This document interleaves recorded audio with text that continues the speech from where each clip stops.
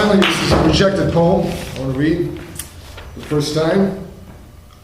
This is called A Ballad to the Process of Exchange and Circulation. The journal for which I wrote this was doing a special, a themed topic on process, so this is what I wrote. First, an epigram from the Moor.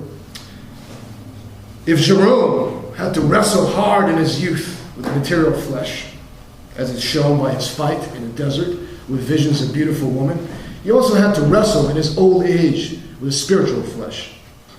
I thought, he says, I was in the spirit before the judge of the universe. Who art thou? Asked a voice. I'm a Christian.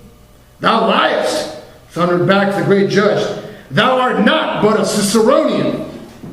Karl Marx, Capital, Volume 1.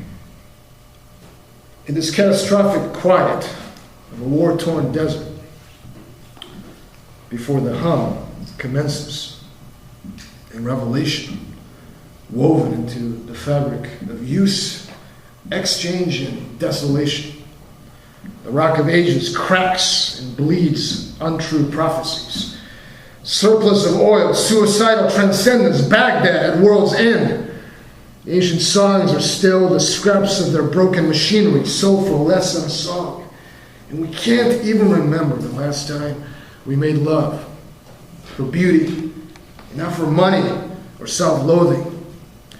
I drive down scarred streets of the Midwestern Rust Belt, passing by the Jeep factory, where insecure, overworked, all-American laborers going postal, build Hummers that don't hum, but blast skulls with imprecise ferocity.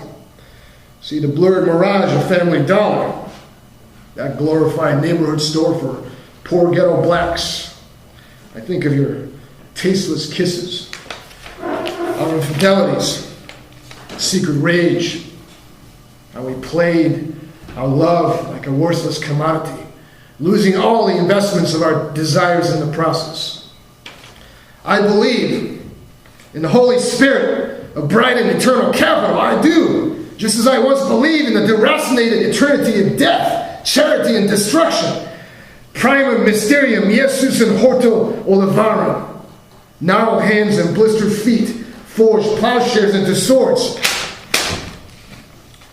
Secundum mysterium, Jesus flagellatus. Wily private contractors purchase and transport the mystery of bleeding limbs. Tertium mysterium, Jesus spinus coronatus. Poor proletarian children's crusades ship off to protect the glory of their fallen comrades. Quantum mysterium, Jesus crucem portans. Scorched skins and bones of fellow and enemy combatants intermingle in peace. Quintum mysterium, Jesus and crucem moritur. The millenarian miracle of turning blood into oil. Pray unceasingly for this true transubstantiation to never cease. Still, I will not go back to your arms or to the wilderness. I've had enough of mythologies and dead souls of labor. Enough of your lies and lying, conceit, and damage. I'm going to park my car, crank up the volume on The Whale Has Swallowed Me, and inhale long and deep on the third-rate Mary Jane, trying to get blazed for no glory for being here and not there. Getting ready to yet again exchange love for murder and beauty for consensual rape. Throw myself into an endless process of circulation that will end in vultures picking on the bones of my rotting corpse. Yeah!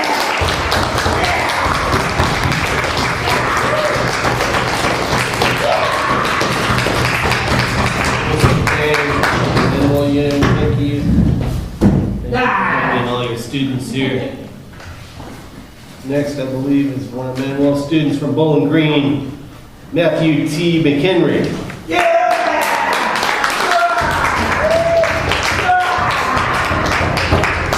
I'll stand like this because I don't think the world has seen enough of my gigantic calf muscles.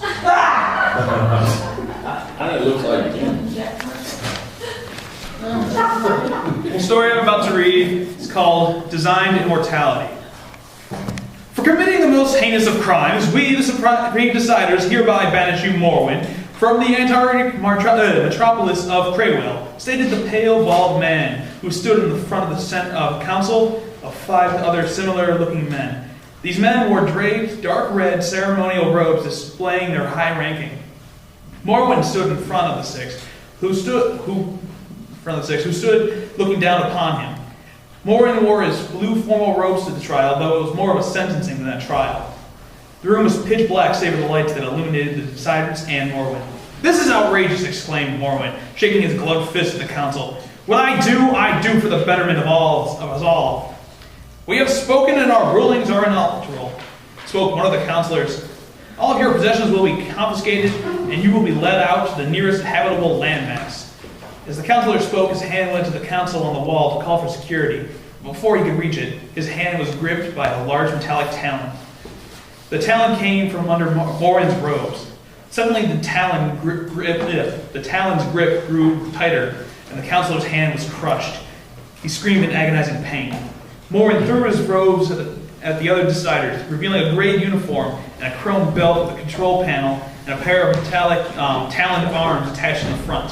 He commanded the other unoccupied limb of his belt to attack the other councilors with his mind. The talon swept, hitting the similarly tall councilors one by one, while they attempted to remove the visually obscuring robe that Morwen threw at them. The talon made a jaw-breaking noise as it hit each councilor. The councilors fell to the ground, unconscious. Knowing full well that this room was being monitored and that he had very little time, he took the one conscious councilor by his broken hand and forced him to walk in front of Morwen through the hallway. "Halt!" exclaimed an armored security guard, pointing his weapon in the direction of Morwen. His scarlet armor shined in the light of the hexagonal-shaped hallway. Upon seeing Morwen's captive, the guard realized that this had turned into a hostage situation and lowered his weapon. "Back away or I'll crush his skull," threatened Morwen as one of the talons circled above the councilor's head. The council let out a small whimper. The guard backed away but refused to keep his eyes off Morwen or his hostage. He then pushed a button on his harness which opened a secret passageway, which Morwen took as he threw the frightened councilor at the guard, knocking him onto his back. The door shut behind Morwen and he ran to his quarters where all of his possessions were packed and ready to go. Unbeknownst to him, someone was waiting inside. "Greetings, Father," said a young boy who resembled a younger version of Morwen. He wore a cheerful smile upon his face, as well as a self-made, multi-limbed harness, though it had no arms of its own yet. "How did your hearing go?" he asked, eyes beaming at his father. "Never mind that," Morwen said, feeling irritated that his own genetic structure could be so bothersome. "We're leaving here. Bring that cargo carrier drone. I need it to carry my crate." "Father, you know that robot is more than just a cargo carrier drone. He's my friend," said the boy. His smile did not leave his face. His love for his father was constant, which would have bothered Morwen. He believed it bordered on ignorance. "Just bring the robot far alone," Morwen said as he placed his palm onto his forehead. "Father, don't be silly. My name isn't Farlone. It's Farnrice," the boy said as he pressed a combination of buttons on his belt to activate the robot. Even with his father forgetting his name, the boy's admiration did not falter for even a second. The robot entered the room through a closet and lifted the heavy metal crate. It was a short automaton with elongated limbs and a large spherical head with 2 large golden eyes. Morwen pressed a series of buttons on the wall console, and a panel on the floor opened up to reveal a set of stairs that led to Morwen's pre-planned escape vehicle. The 3 left the room to the secret passage. I suppose I should stop there. Yeah! So long, and thanks for all the time.